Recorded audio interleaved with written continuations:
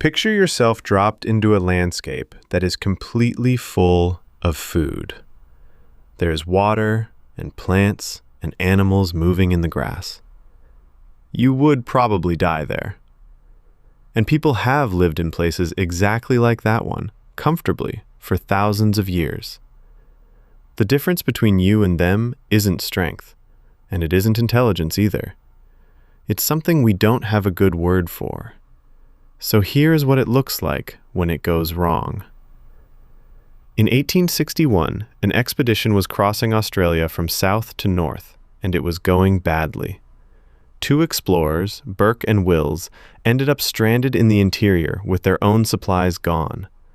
The local Aboriginal people helped them and showed them how to make a kind of bread out of a plant called nardoo. Ground down into a flour, it can be baked into a flatbread. So the explorers made their nardoo bread, and it became the last food they had. That's the strange part. They were eating steadily, and they were dying anyway. Nardoo contains an enzyme that destroys thiamine, the vitamin your nerves and your heart can't work without. In 1994, researchers writing in the journal Nature worked out what actually killed them. Not starvation. Beriberi, caused by the thiaminase in the nardoo. The bread was destroying them while it fed them. The people who ate nardoo safely prepared it differently. The step the explorers skipped was leaching it properly with water. They had the plant. They had been shown the food. They were missing one part of a process, and that was enough to kill them. One member of that expedition did survive, a man named King, and he survived by going to live with the local people. And it happened again. In 1845, a British expedition went looking for a route through the Arctic and got trapped. They starved to death on King William Island. Inuit people had been living successfully on that same island for over 700 years. The island wasn't the problem. The equipment wasn't the problem either. So what were they missing? And why couldn't they just work it out? Think about cassava. It is a root crop that feeds hundreds of millions of people, and in its bitter varieties, it is poisonous. Crushing it releases cyanide. Eating it badly prepared can cause a permanent paralysis called konzo. Making it safe takes a whole sequence of steps: soaking, fermenting, boiling, and drying, in the right order and for long enough. Now try working that out from scratch. The root doesn't taste like it's hurting you, and the damage arrives long after the meal. When those steps get skipped, people are harmed, and that still happens. Usually because hunger leaves no time to do it properly, not because anyone forgot how. Nobody reasoned their way to that process all at once, because it was worked out slowly, across many generations, and handed down to people who never had to discover it. So how does a species hand down something that no single person really understands? Researchers gave chimpanzees a puzzle box and showed them a sequence of actions to open it. Some of them did nothing at all. When the box was solid, the chimps copied the whole sequence. When it was transparent and they could see which actions were pointless, they dropped them. Children in the same setup carried on copying the pointless steps anyway. At first glance, the chimp is the one behaving sensibly. It's being efficient. The child is doing something that looks like a mistake. Copy all of it, including the parts you can't see any reason for. And it doesn't wear off as you grow up. When researchers tested adults, the copying of useless steps got stronger with age, and the adults worked less efficiently than the children. But look at what that mistake protects.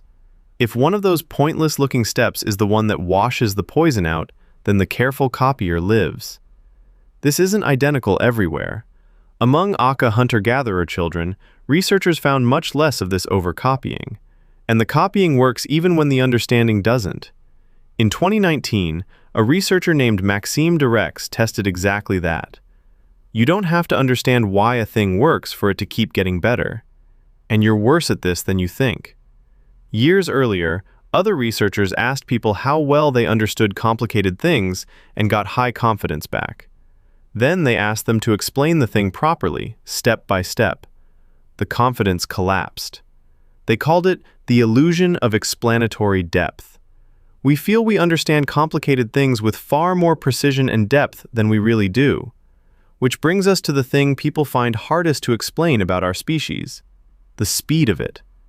Other intelligent animals have been here far longer than we have, and their toolkits have barely moved. We went from stone to spacecraft, and people reach for a mutation to explain it.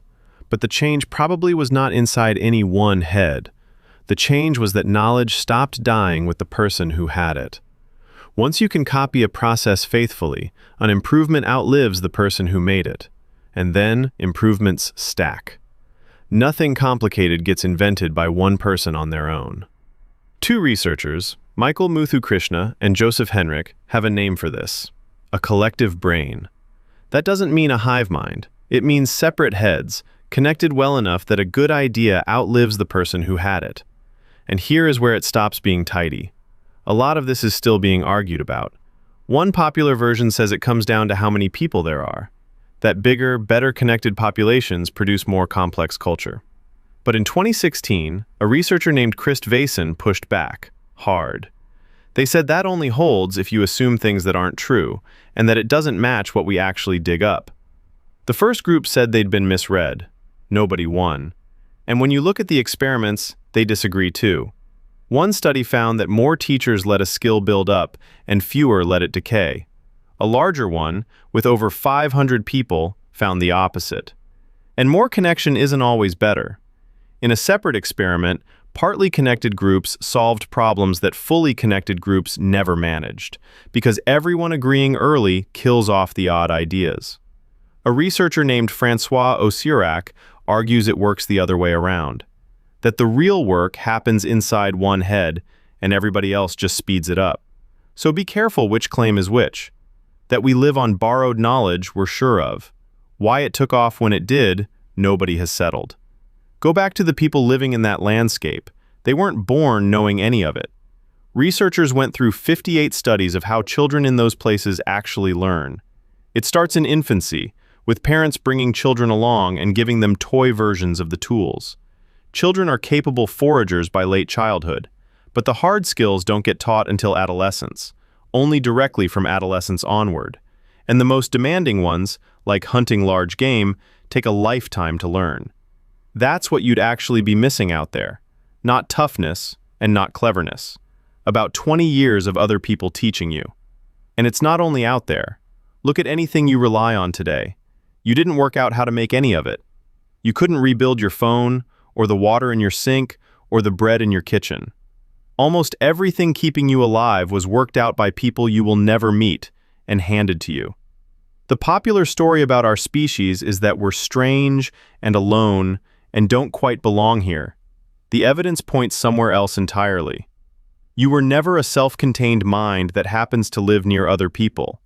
You are the newest link in a conversation that started long before you were born. Nobody has ever survived alone. That was never the weak part of you. That was the whole trick.